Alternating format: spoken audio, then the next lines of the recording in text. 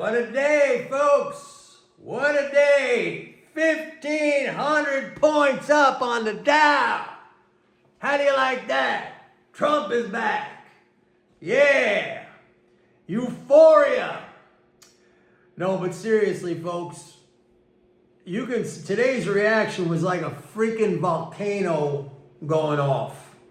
All of this pent up emotion that has been around, it's been like embedded inside people, markets reflecting that. Today it just blew wide open, man, wide open. This is Krakatoa.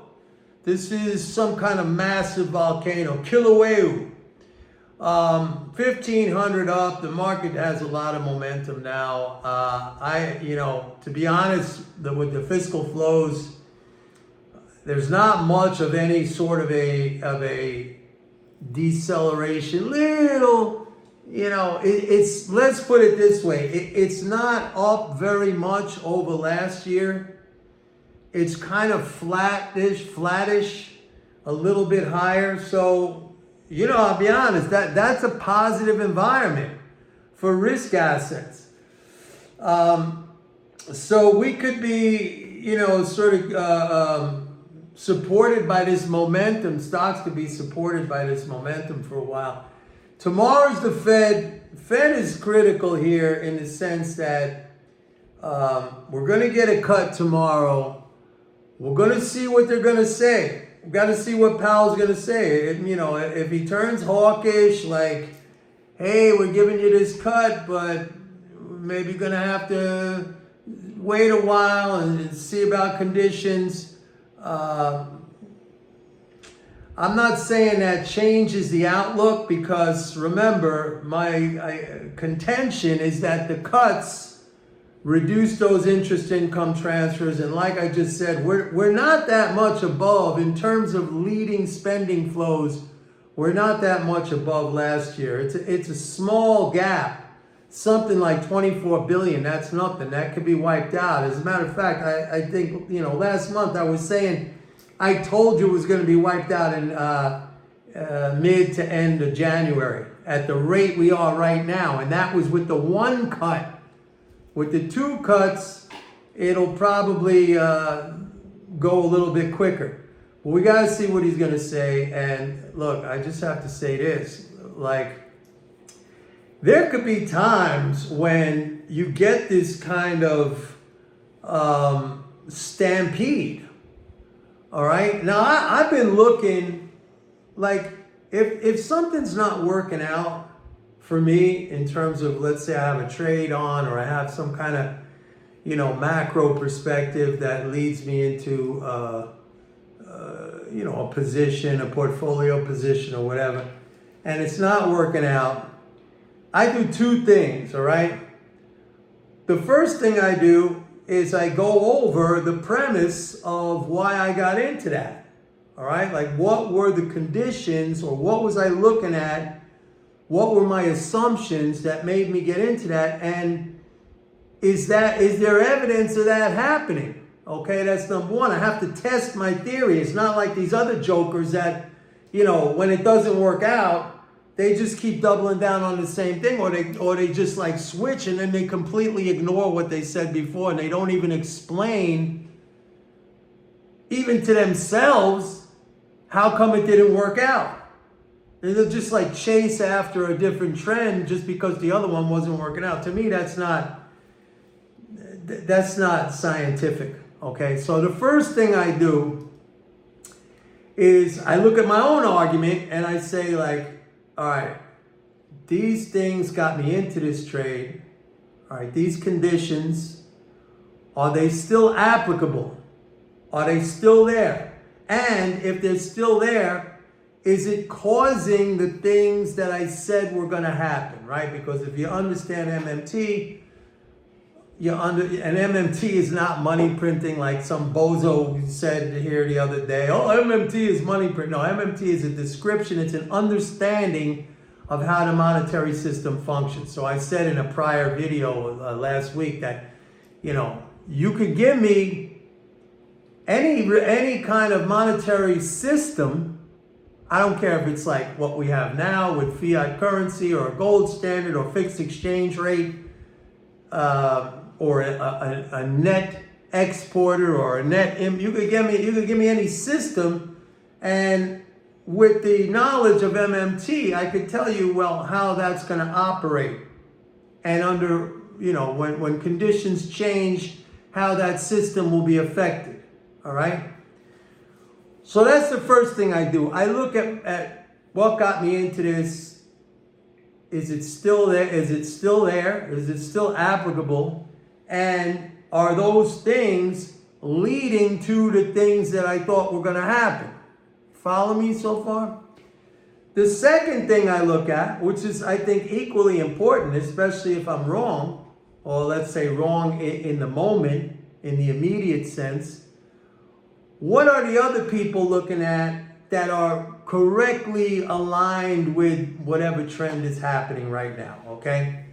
So for instance, let's take the bond trade, which I said was, that's going to be my big trade for, I said, starting with the rate cuts and into 2025, all right? Why is that not working out? So I'm looking at what their arguments are. I'm looking, I go through all the commentary, and I go through all the online articles, and I listen to videos and shit like that. And like, they're all saying the same thing. There's too much debt. The deficit is too big, blah, blah, blah, all this stuff, which there's also an element of it's going to be inflationary. Which for me, I said earlier, in my earlier email, it's kind of odd that they didn't say anything about the gold. Gold is supposed to be their number one inflation hedge. I don't know, maybe it's crypto now, I don't know. But gold, let's say gold. It was down hard today. Let's set the inflation thing aside. All of these guys, like Drunken Miller and Paul Tudor Jones, the man with three names, and Stanley Gundlach, whatever his name is, Gundlach. What's his first name? I forget his first name. No, it's Stanley Drunken Miller. It's something Gundlach, Jeffrey Gundlach, and all the rest of them who are shorting the bonds. The reason they're giving is there's too much debt.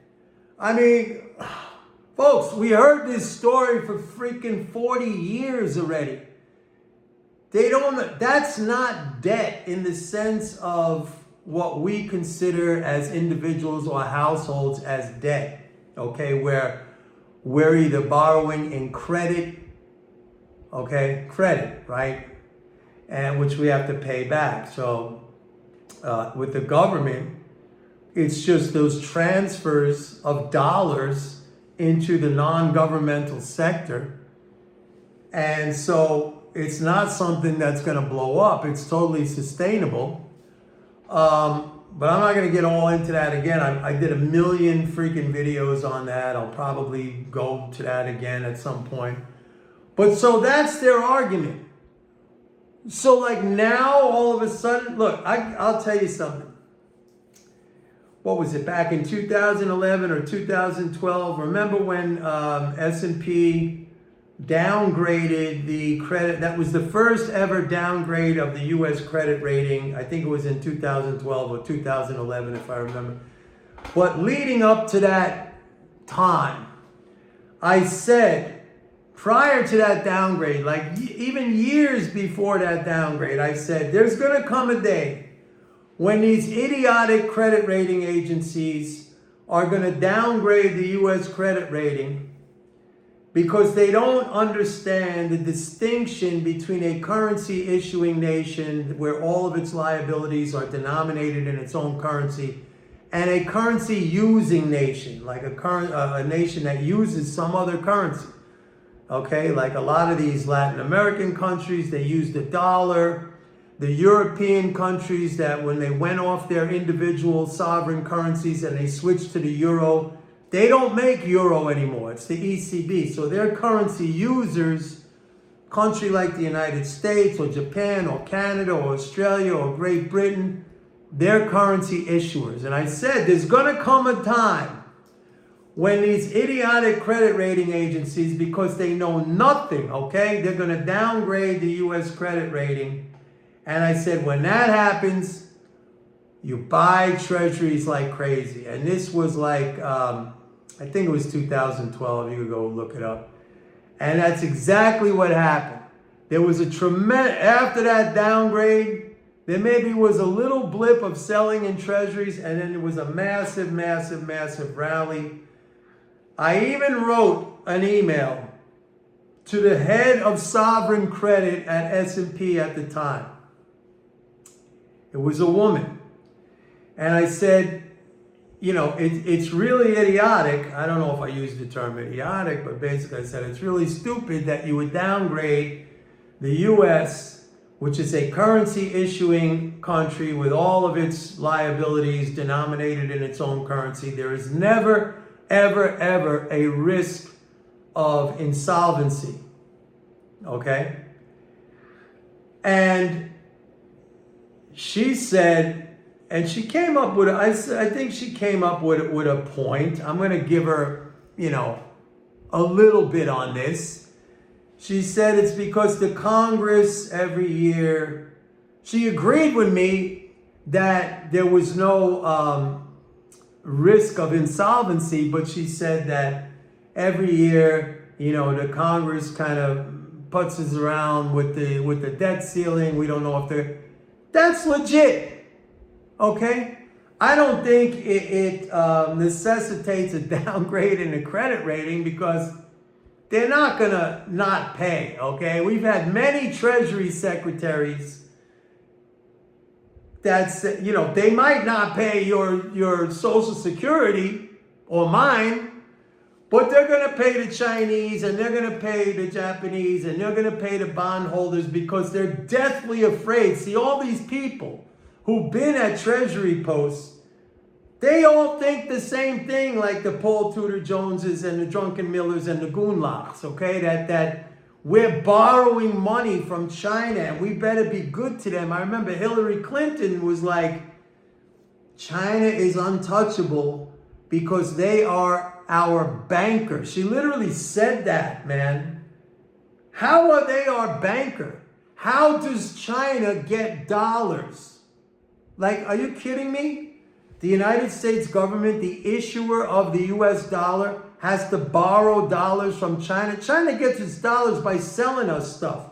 By the way, I gotta say, the stuff from China, beautiful. I just bought a, sorry, I'm you know, diverging here from what I'm saying, but I just bought a beautiful spotting scope for the range.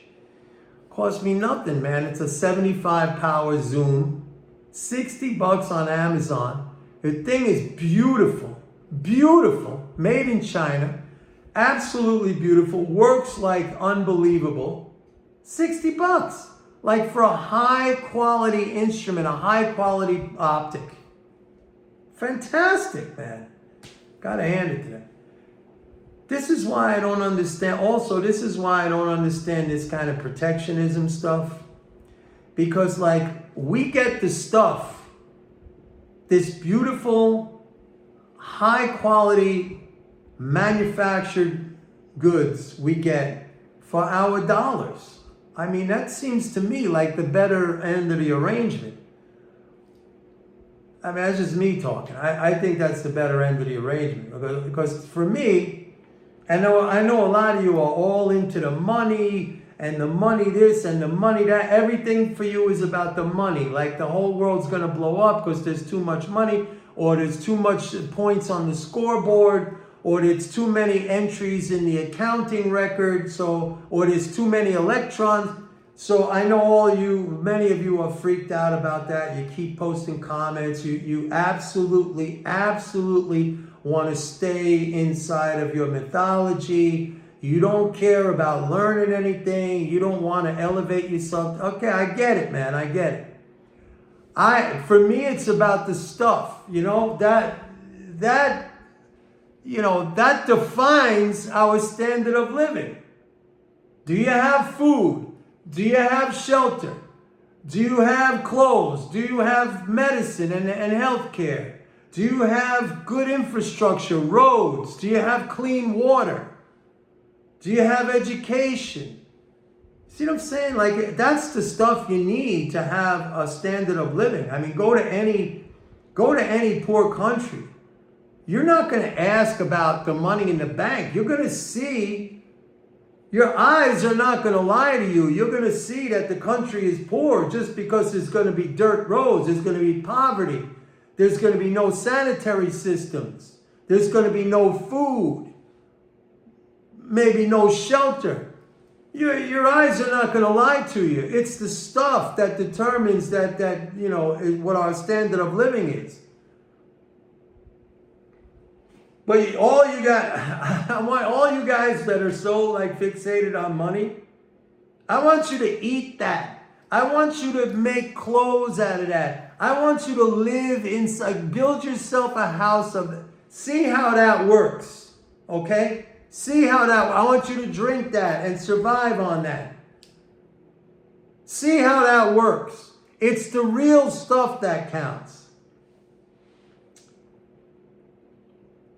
Today's a great day, folks.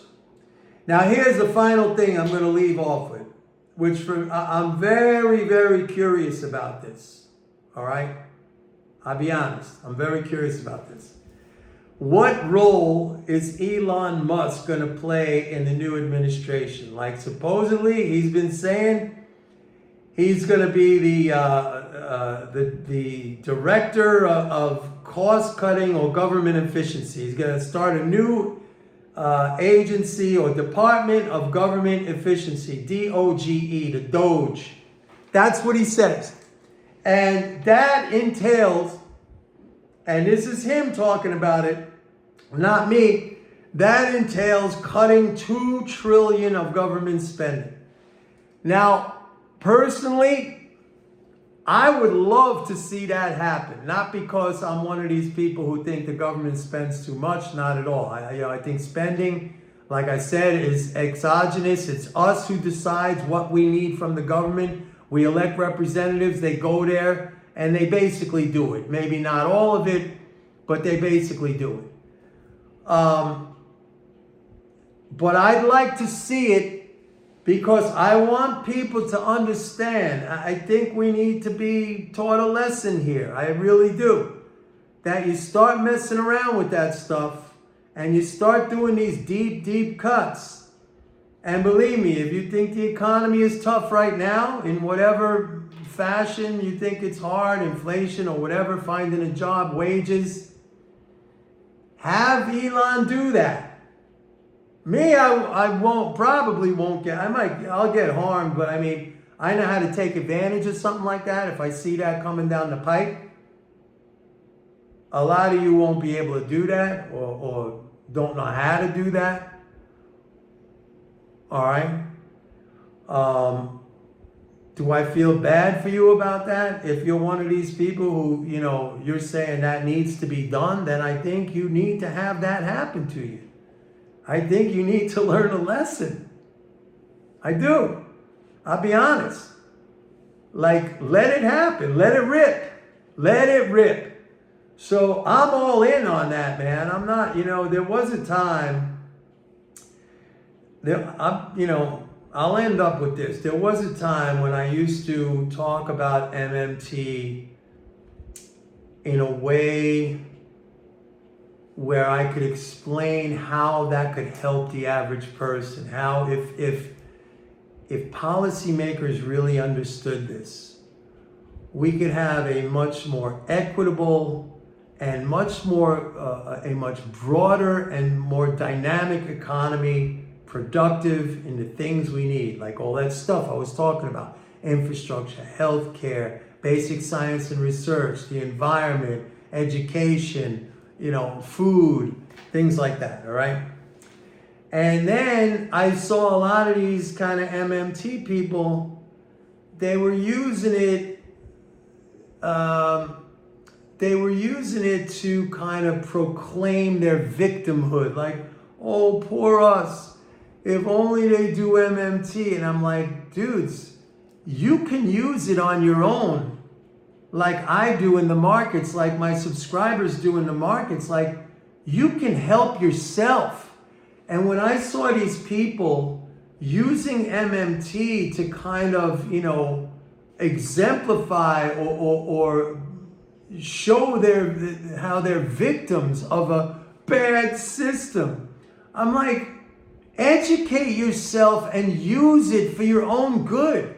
Like, okay, fine. If they're not doing it at the top of policy, are you just going to sit around and cry in your soup every day about, oh, if it only was like this, MMT? And then when I started seeing that, I got sick of that whining, and I stopped doing MMT for the masses. I do it for people who want to trade, who want to invest, who want to help themselves, okay?